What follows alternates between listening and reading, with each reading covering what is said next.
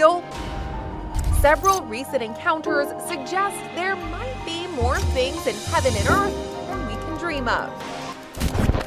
So are werewolves just a Hollywood creation, or do half-man, half-wolf creatures really exist? Now, tonight, we kick off our Conspiracy Theory Month series, which was The legend of the vampire actually goes back for centuries, and it exists in some form or another in almost every culture. In fact, some people believe the first vampire story was in the Bible. Well, for decades, only crackpots and crazy people believed in UFOs. That's what I thought anyway. And then in recent years, it turns out that governments have been taking them seriously all along. Try and clear up an ancient mystery with the help of a prominent veterinarian who says she can prove that Bigfoot exists and that he's related to all of us. New reports, 5 pilots coming forward over the weekend saying they've had multiple mid-air encounters with high-flying, fast-moving objects.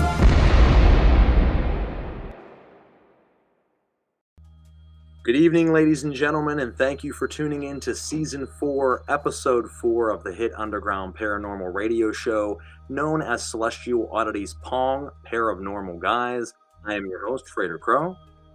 And I'm your co-host, Daniel James, and that's my co-host, Howard the Duck. Yes, I'm Howard the Duck, folks, and we appreciate you tuning in tonight. The heading of the show is a little misleading because it does say that we are having Jami and Jenny King on the line this evening, and we unfortunately have been spending the last half an hour trying to figure out what is going on technically for them. Never have had anybody have a trouble connecting onto the show, but for some reason when they're trying to connect, it's not giving them the option after filling everything out to do so. We spent about a half an hour troubleshooting it, and Daniel and I said, you know what, we got to call it. Let's jump on there. Let's talk to the folks out there listening a little bit about tonight's topic, which is Bigfoot, and go a little bit into that, answer any questions that you guys might have if you're out there. I'm sorry that we're running a half an hour behind. We might have lost a few of you because of that, but we'll give a short episode this evening, and we will do our best to get Jami and Jenny back on the show later in the season, try to figure out what caused that issue for them, and if we can figure that out, then obviously get them back on the show. So if you are listening out there, feel free to leave us comments, questions, concerns in our comment section, and we will read those out and engage with you. We are back and happy to be here for another episode, episode 4. So far this season, we have talked about numerous things, one of that being Russian sleep experiments. We talked about, red flags and propaganda of alien, information and misinformation that's been given out, and much more. So if you've missed those episodes, make sure you jump back and check them out, and we'll go ahead and get started. So it's great to be back with you again, Daniel. Yeah, brother. Listen, I feel good. My internet is working tonight. I did some troubleshooting, some problem solving, and I'm grateful to say that I've got a good, strong internet connection tonight, but it wouldn't be Celestial Oddities without a fucking technical issue. So what I want to say is to Jami and Jenny, thank you very much for trying to work it out. What I would say briefly about them is they're very sweet people. Frater and I both met Jami in person at a convention some time ago. He's a very sweet guy. He's passionate about tonight's episode's topic. And if you'd like to connect with him, you still can. I know that he has a lot of resources. You can find him on social media. That's Jami King. And Jami, if you're listening, sorry we couldn't have you, partner, but anybody listening can check his work out. And tonight's topic will be more or less about the Sasquatch, the Yeti phenomenon.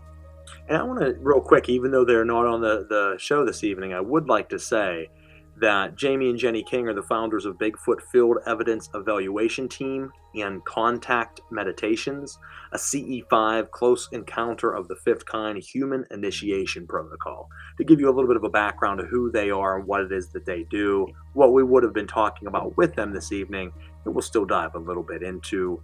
And like Daniel said, if you guys are listening out there, we apologize it didn't work out for you this evening. We will get you back on the show if we can. And for those listening out there as fans, feel free to chime in with any questions you have containing the topic of Sasquatch, Bigfoot, Yeti, anything involved with that alienistic ideas, and we will do our best to answer them and have a fun little short episode this evening.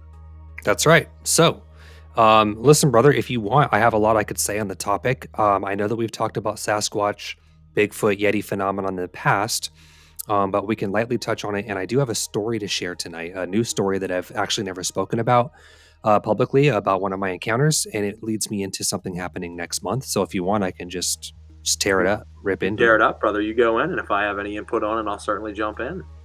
All right, so check it out, guys. The Sasquatch, the Yeti, the Bigfoot. These are real creatures, real entities. They are a species that exists, okay? I understand that medical science and history doesn't have any sort of proof or evidence in the way that people need to say, like, okay, well, I'll believe it when I see it, or I only believe what, the news or the government tells me. But I can promise you guys the concept of the Sasquatch and the phenomenon, not only is it real, but it's actually highly suppressed by our leadership. It's highly suppressed by our government. And any evidence that we have that would be tangible that you could look at and say, okay, that is proof evidence for me that these creatures walk the earth, they are among us, that's been scrubbed from the internet. It's legally not allowed to display on the History Channel or the Discovery Channel or the Sci-Fi Channel, on all those shows, all those monster and cryptid hunting shows that may or may not have evidence of cryptids and cryptozoology. They're legally not allowed to actually show you any evidence. Okay, there's a whole sort of theory as to why that is, but consciously speaking, humans aren't allowed to know that those types of beings exist and walk among us, because it would do something to our society. It would sort of change society in a way that would make it harder for people to control. So that's a whole nother topic that I'm not going to go into tonight, but I can promise you that these beings exist. I have had multiple encounters with them. Face to face. I've seen full-bodied Sasquatch. I've communicated with them verbally. I have audio recordings of them. A lot of what I have experienced is on my YouTube channel. So if you go to Daniel James XIX on YouTube, I do have an hour-long vlog about it with audio. But we're not going to relive all those conversations tonight, because we have talked about them on Celestial Oddities before. And tonight I'm going to share a new story of an encounter that I had, which ties into something that's happening earlier this coming month. So one resource that I want to give you guys is, you might know a lot of people like Jami. You may have actually heard of Mike Patterson, he's a gentleman from Canada who has some of the most convincing, most exciting, tangible evidence of the existence of Sasquatch that you might be able to find on the internet. This particular person is somebody that I have spoken to personally, privately. I know Jami has spoken to him privately. And we even have one of his pictures of a Sasquatch in the intro of our show. I actually got one of his pictures, and it's in the intro of our show, of an actual Bigfoot face. So I would check out his resources. He does have a really interesting YouTube channel. He has a Facebook page. He likes to communicate with people. He's very engaging. So I'd highly recommend checking him out. But here's one thing I want to tell you guys in terms of like research material, cutting edge information about the existence and some science behind these creatures, these beings, is I work with a ET contactee named Malgosia and her partner Robert, who's Spanish. They operate their YouTube channels where they have basically extraterrestrial contact with the C.O.N.T.A.C.T and Pleiadians. This is an open contact that's been happening since about 2017. And over the years, I was just a fan of this YouTube channel because some of the information in terms of metaphysics, spirit science, consciousness, extraterrestrial, physics, everything that you could ever want to know about cosmic agency, both the Spanish and English channels put out some of the most fascinating content that I've ever heard of or seen before. Some of the most cutting edge information that you really just can't find anywhere else. And as being a fan for so long, I ended up becoming friends with Gosia, who's the host of the English and the Spanish channels. And she's a contactee of the C.O.N.T.A.C.T and Pleiadians. Well, one day years ago, maybe going on like 2.5 years at this point, she put out a casting call for somebody to do some voiceovers for her YouTube channel. Well, I am an actor myself, and I'm also a voice actor. And so being a fan of her YouTube channel and her content, I just reached out to her and said, hey, I would love to audition. If you send me the script, I'll read whatever you want. And if you like it, you can use it. And so she sent me this huge documentary that was coming out during the COVID pandemic. And I got it. I booked the gig. She liked me so much that I booked the gig. And so I did a documentary for her.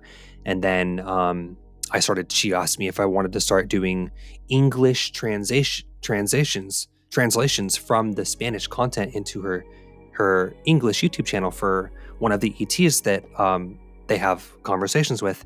And so I did one character for her, and she liked it so much, she just said, hey, my partner Robert, who has his own YouTube channel, he doesn't speak much English, and all of his content's in Spanish, and I use a lot of our conversations that are in Spanish for my English channel. Would you just like to be the full-time voiceover guy for our channel? And I was like, fuck yeah, absolutely. I was like a fan already, so the fact that I could become, a partner with this C.O.N.T.A.C.T, which is something that obviously, if you know anything about me, I'm very passionate about, being an extraterrestrial ambassador. So for about 2.5 years now, I've been the official male voiceover artist for this YouTube channel, which is Cosmic Agency. Now, I reached out to Gosha, who's a friend of mine now, last month, and I said, hey, listen, I think that a lot of people ask us about the phenomenon of Sasquatch, of the Bigfoot, of the Yeti, and it's something that the Taygete and Pleiadians have never issued any sort of information about, but I know that a lot of people have a demand to learn about it from the perspective of extraterrestrials. What is their description? What is their intelligence? What is their science on the phenomenon of that creature, right? So I said, why don't we do a cool, fun, like a Halloween, like a spooky Halloween episode that I can provide my personal encounters stories with the Sasquatch for the Cosmic Agency community, but we want to hear what the Taygete and Pleiadians have to say. So what I'm getting at with this whole story is, yes, I work with this group. I provide voiceovers for their channel, and we are putting out a special episode where we're going to be talking about the Sasquatch, the Bigfoot, the Yeti, from the perspective of the Taygete and Pleiadians. And I can promise you guys that some of the information they're going to tell us, we just don't have yet. We don't have it. You're never going to get this from the government. You're never going to get it on the news. A lot of private researchers that are in cryptozoology don't know this stuff yet. So I would highly suggest go to Cosmic Agency in the next couple days. At the time of this recording is October 26th, and we're going to have a video about them from the perspective of ET consciousness that's unfiltered by our news. It's unfiltered by our government. So it's going to be some pretty cutting edge information that I'm fascinated by. And then you'll also get a chance to hear a 20-minute summary of two of my personal face-to-face encounters will be on that video as well.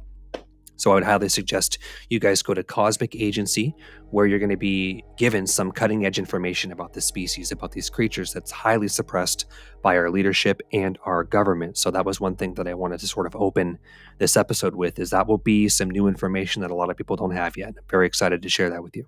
Oh, that is very exciting. It's funny that you said that, Daniel, because sometimes there's so much stuff going on, you forget to mention something to your friend and like, oh yeah, I wanted to tell you this and I forgot. Well, now it's one of those moments. So one time I was on YouTube, I don't know what I was watching. It had nothing to do with us. And all of a sudden this video came on, and I don't remember how the beginning went, but I'm listening. And then all of a sudden there's a voiceover that comes on, a man's talking, and that man is you. And I'm listening, and it was in the background. And like, I stopped for a second because I was watching. Is that Dan? Yeah, I was watching something completely different with paranormal or aliens or something, and all of a sudden this video just comes on, and I had it in the background, so I didn't care. I was just doing what I was doing, and then it was like, hi, today I would like to talk to you. And it was like this voice, and I'm like, that sounds like Dan. And as I listened from it, I'm like, that is Dan. And I went over and clicked on it. It wasn't your YouTube, and I'm like, huh. And I was always going to mention that to you and ask you about it, and then I just forgot. So that's really funny you bring that up. Yeah, that was you. That was probably about a year ago. So let me tell you this one more thing about Cosmic Agency, and then I'm going to move on to a special story that I've never told anybody before. Please do. Okay. Cosmic Agency is Robert and Gosha. That's two different channels. And we're dealing with the Taygete and Pleiadians here, having direct open contact. And Gosha, the popularity of her channel blew up so big that it started to reach like mainstream awareness. And she was approached a couple of years ago by Gaia TV. I think that's what it's still called. And a lot of people don't resonate with that network anymore, rightfully so. There's a lot of reasons why. I think Gaia TV sort of took a turn. But she was approached years ago, and she was asked to actually distribute her content and do like a season of information for that network. And she did agree to do it. And she worked out a deal to give them one season that they produced that was basically an introduction to the Taygete and Pleiadians, an introduction to their open contact protocol that was happening from 2017. And that's where she sort of reached like more of a mainstream awareness. Was she did reach the Gaia TV network, and she did one season with them and then ended it and moved on with her life and went back to, managing her own YouTube channels, because she has 2 of them. But it did reach sort of like a mainstream awareness when it hit Gaia TV, and I'm trying to think of what year that was. I think it was 2021 that she distributed that season on that network and then moved on from it. But yeah, it's grown up. It's blown up to be like really wide scale, really sort of accepted sort of contact information in terms of extraterrestrial ambassadorship. So if anybody has Gaia TV, I think that you can watch season 1 of Cosmic Agency on there, but I would just recommend going to her YouTube for the best content. So here's a little story I want to share tonight, appropriate to the theme. And once again, I gotta shamelessly plug our documentary. If you guys have ever seen the documentary that myself, Lauren, Frater, and my friend Caroline produced, which was the Bermuda Triangle of Pennsylvania, very sweet, lighthearted documentary on the concept of cryptozoology and investigating the unknown. We visited a couple spots for this documentary, and my friend in it, Caroline, she is a friend of mine that is very passionate about the concept of extraterrestrials. She's very, very, very passionate about cryptozoology and even, researching the paranormal in terms of more of the cryptid side. So if you're interested in learning about her, you can check out our documentary.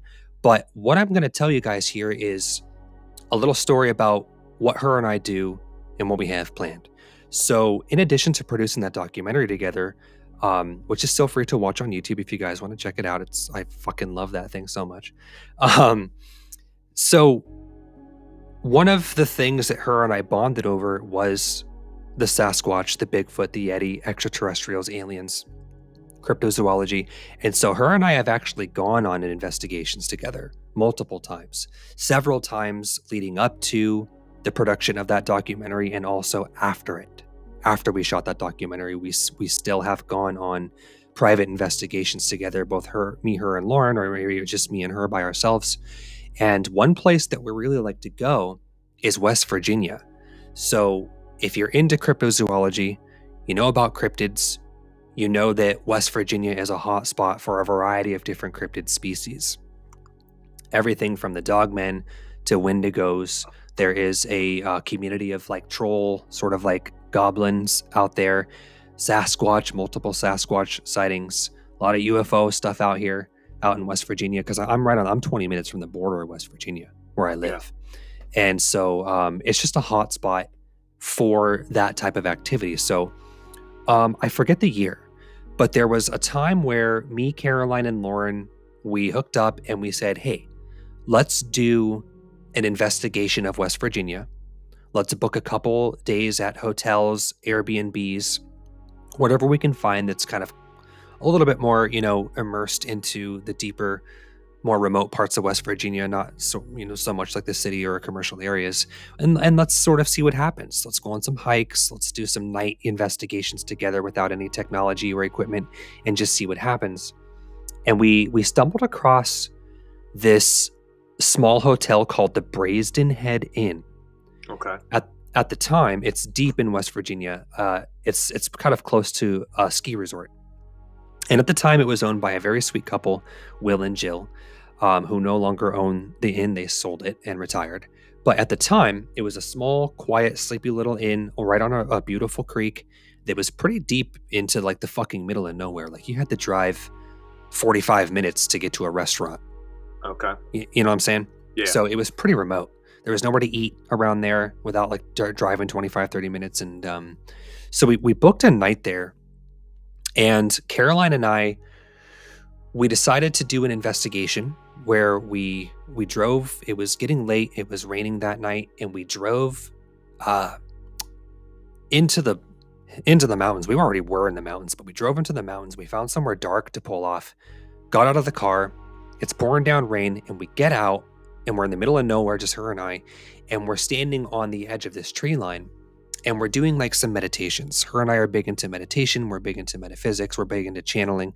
So we know that when you alter your consciousness a little bit or you raise your vibrational frequency, you could possibly be in a more conducive state to have an encounter with something like a cryptid or an entity from another dimension or density, or extraterrestrials, because oftentimes their baseline oscillating vibrational frequency is different than that of the 3D human. So if you change your perception and your frequency, you're closer to them, you can have encounters. So we went out and we meditated. And to my shock and amazement, her and I had some like profound emotional releases together as friends, but we didn't have any paranormal encounter. We didn't hear any voices in the woods. One of the things that happens to me when I'm around Sasquatch Bigfoots is they throw things from the woods. They throw sticks, they throw rocks at me.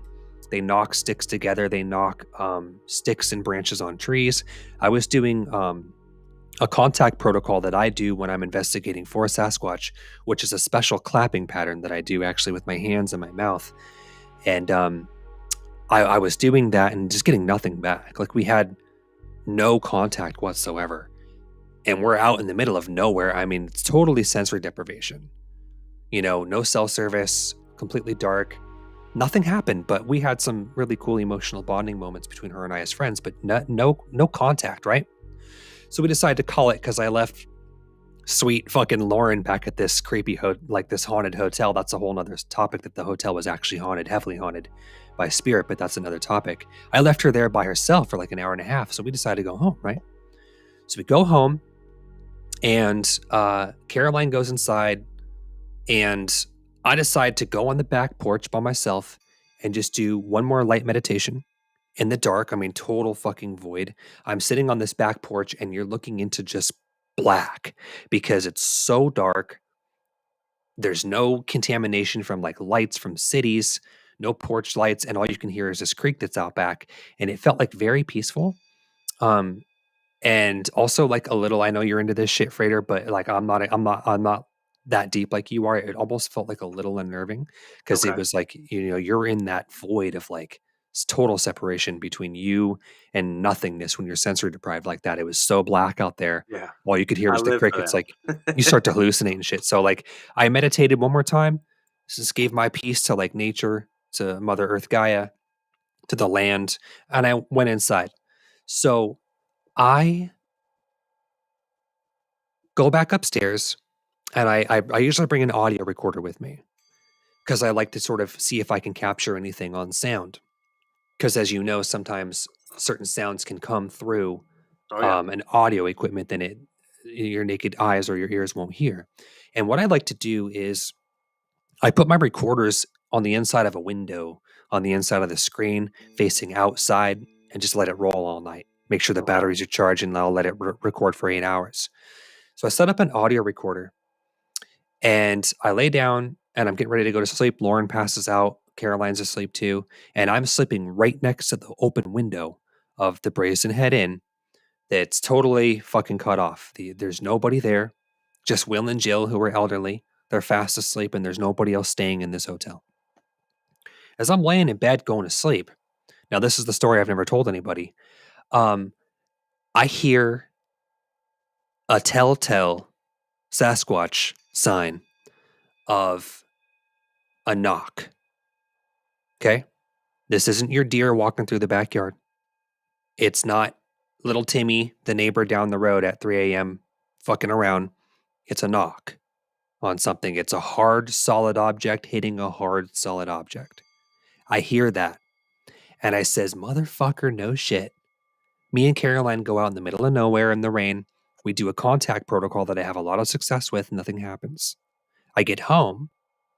Caroline goes to sleep. Lauren goes to sleep. Sure enough, I'm hearing something outside that's telltale signs. So I'm awake. My audio recorder's going. And I wait and I'm listening. I hear another knock. And I'm like, okay, I see you. I like where this is going. So I shake Lauren, go to wake her up. She's out. I can't wake her up.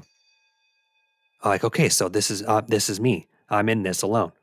So I stay awake and I'm dog tired, mind you. I'm very, very tired. It's like 2, 3 in the morning at this point. And I'm like, okay, so I'm laying awake and I'm listening. And then I hear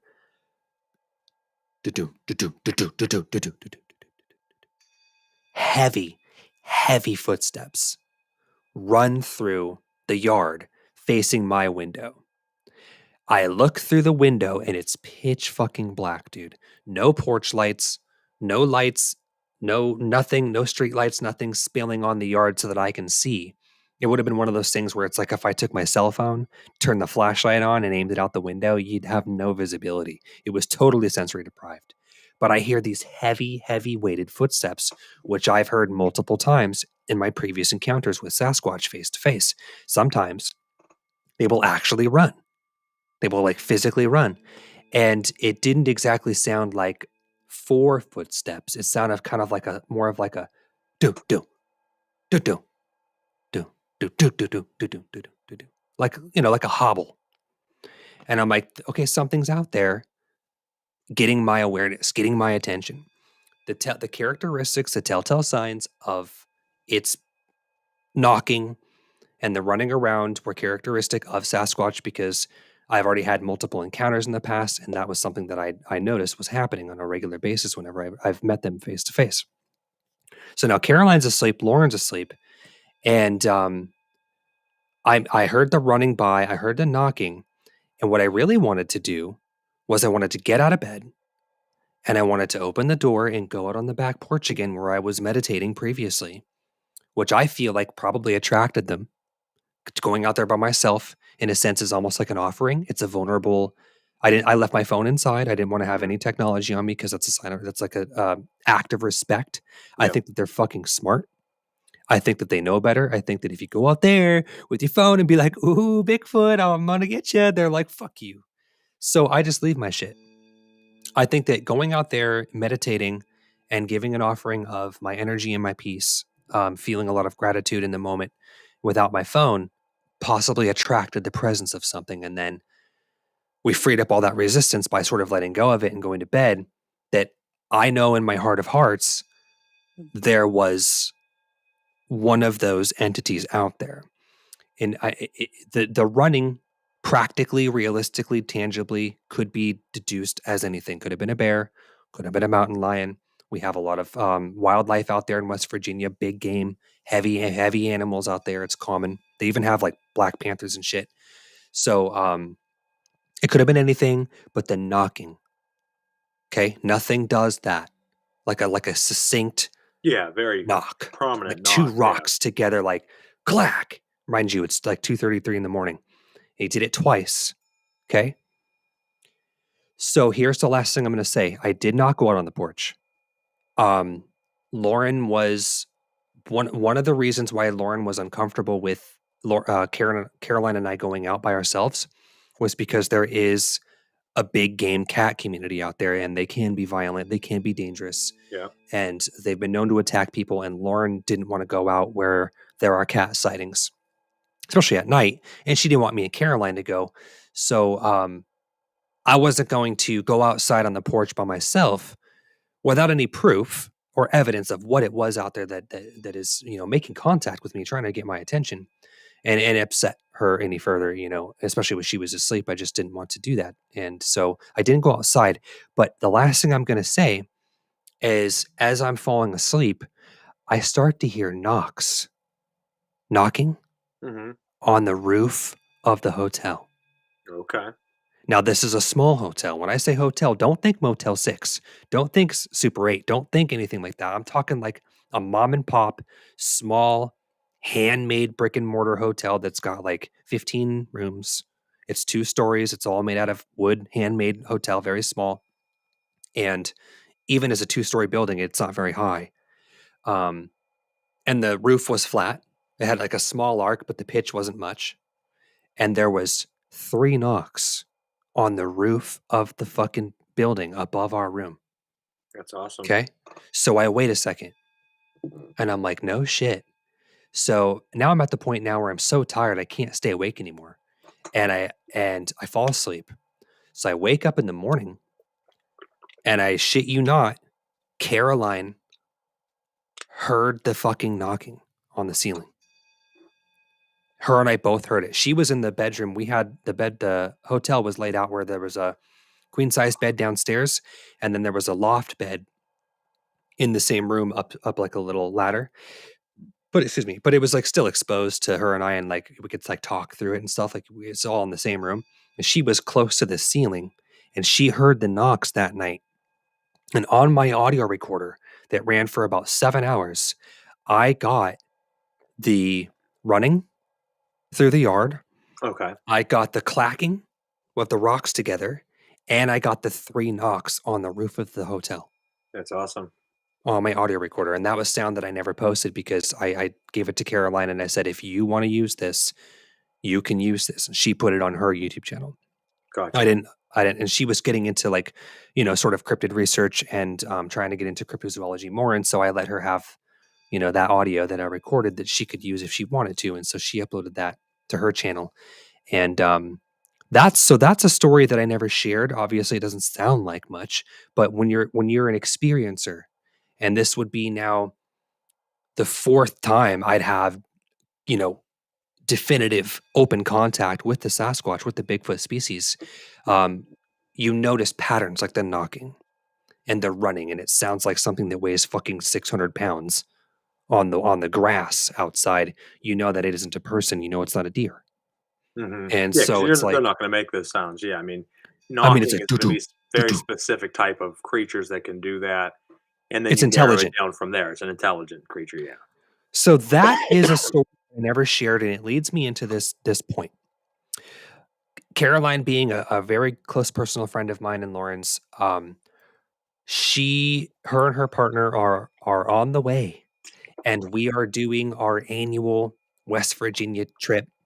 And as I mentioned, our friends Will and Jill from the Brazen Head Inn, they've actually become personal friends of ours. And they live in West Virginia. They have a beautiful house, and we keep in touch. And now we actually go visit them, the owners of that hotel. Oh, awesome. And so right here at the beginning of November, Caroline and her partner are coming up to meet me and Lauren, and we're going to West Virginia together. Deep, deep, deep into the woods to an Airbnb that we rent that's like, it's so far into the mountains that it's what's called as like a wireless free zone. Okay. Like there isn't even any like cell service. There's no 5G. You know what I'm saying? Like it's a zone that doesn't have very much electromagnetic wireless frequency. And there's an Airbnb that we rent now deep into the woods that's on like, so many acres of property. And it's very private and secluded. There's a lot of hiking. There's a running river. There's mountains. There's camping areas. And we're going for 3 days to do another investigation. Oh, And she's bringing her partner who's never gone, cryptid hunting, I like to call it just for fun. She's never gone cryptid hunting. And although Caroline is a believer and she's spiritually open to contact, she's never had a Sasquatch contact. And me and Lauren have had several. And I've had several over the years. And so it doesn't matter how long it takes or how many times we try or how many different forests we walk through. Caroline is very open and dedicated to having her own personal experience and her own personal encounter. And I keep bringing her out with me in the effort that these creatures will make contact for her sake so that she can be in their presence and experience their energy. Because one thing I'll say is we sort of maybe get close to the end of like a shorter episode tonight. When you are in the presence of these beings, it is unlike anything that I have ever felt. It's not exactly a fear, but it's almost like a type of cognitive dissonance. And when you're standing in their presence, which I've done, several times now, your body vibrates. Your body starts to vibrate, and it's almost like you go numb. And I don't want to say that it's a fear, but when your brain goes through this realization of you are in the presence of something that you do not have scientific evidence exists, and medical science and history and the government will not tell you exists, but so many millions of people like Jamie, like Mike, like Mike has experienced, that your brain and your body goes through like this frequency dissonance where it's almost like it's almost feels like out of body. I don't know if you've ever felt Oh, like what I'm absolutely. talking about, Frater. Like I'm sure you have in your meditations and your channelings and your work. It's almost like you feel like you're astral projecting or like you're remote viewing or like you're almost out of your body a little bit. And I think it's a frequency dissonance because when you're in their presence, just because these beings seem scientifically or technologically more primitive to humans, I can promise you spiritually and in terms of consciousness, they absolutely are not. If anything, for the sake of this conversation, I think that they're more spiritually advanced than humans. I think they're of a higher vibrational frequency. I think they exist in other densities and dimensions of frequency, in which that's why humans don't oftentimes see or hear them unless they Correct. want to be perceived, right? They're Yes. in their own realm. Um, and when you're in their presence, it's like an out of body experience. I truly feel like reality, that the matrix is breaking. And it's like a knowingness that you can't put into words, and I'm very passionate about it. It's almost like a fucking high. It's almost like addicting to feel the feeling of knowing that you're in the presence of something that is bigger than your understanding of science, medical science as we know it. And I can promise you guys they exist. They are real. I have met them several times. I will meet them again. I even have a gift, an offering from them that they actually gave me, which I've talked about on the show before. I mention it and you can see it on my YouTube channel.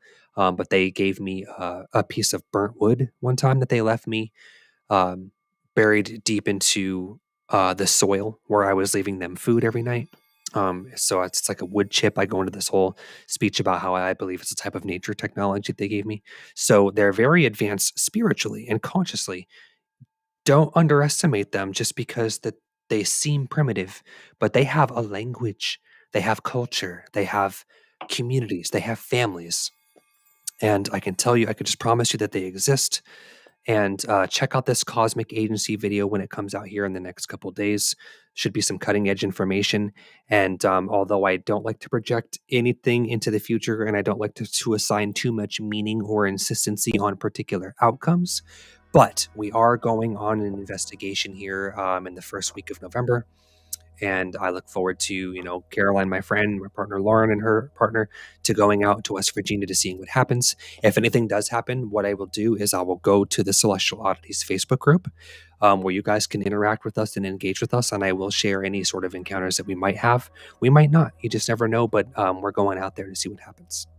You sit out there long enough, brother, you will. I mean, that's the thing, is if you seek, you will find. And as you said, it is a certain type of feeling whenever you come into contact with things that are just unexplained, or that very much is real, but most of the world doesn't believe or doesn't understand. And I mean, as you mentioned, being in their presence, bridging that gap is very big part of my life and what I do. And I mean, whether it's going out and doing, paranormal research at haunted locations, or it be ritual and summoning spirits, I mean, all of them, it's very profound, because whenever Yes. you were able to do a certain, and I will call it scientific, even though regular science doesn't notice it, when you use a specific formula and Mhm. you do certain movements, certain vibrations of your voice, certain colors are Spirit used, certain science.